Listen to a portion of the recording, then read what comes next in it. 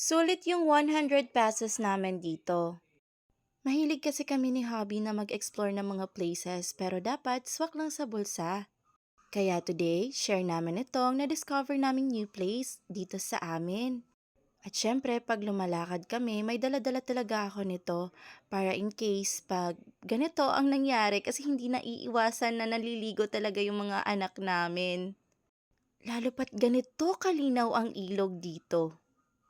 Kaya para hindi bulky, eto na lang yung dinadala kong towel para sa kanila. 'Di ba? Sobrang linaw ng tubig. Parang ang sarap magtampisaw sa malinaw na tubig na ito. Walang kabahayan sa paligid kaya sure ako na malinis ito at sa taas pa talaga yan nanggaling. Sobrang lamig niyan kaya sure ako pag naligo ka dyan, marerelax ka talaga. Super relaxing ang place kaya gustong gusto ko ito.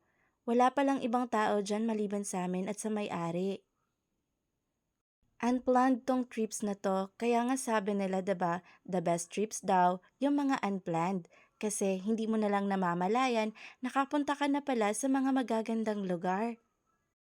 Pagkatapos nga maligo ng mga bata, ay nilibot na rin namin ito. Napakalaki din kasi ng garden nila. At kita niyo yan, marami silang isda, mga bulaklak, at super ang ganda ng tanawin. Dito nga ako pumuesto habang naghihintay kay hubby. Nakita ko tong mga magagandang bulaklak dito. Sabi ng may-ari, hindi pa talaga full bloom yung mga bulaklak kasi sa sobrang init ng panahon. Yes, mainit ngayon pero sobrang lamig ng hangin kapag dumampi sa iyong mga pisngi.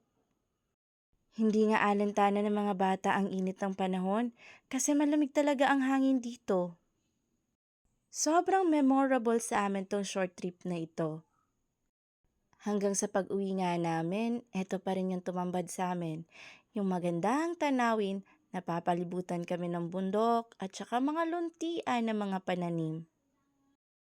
Mas gusto ko pa rin talaga yung mga trips na hindi matao.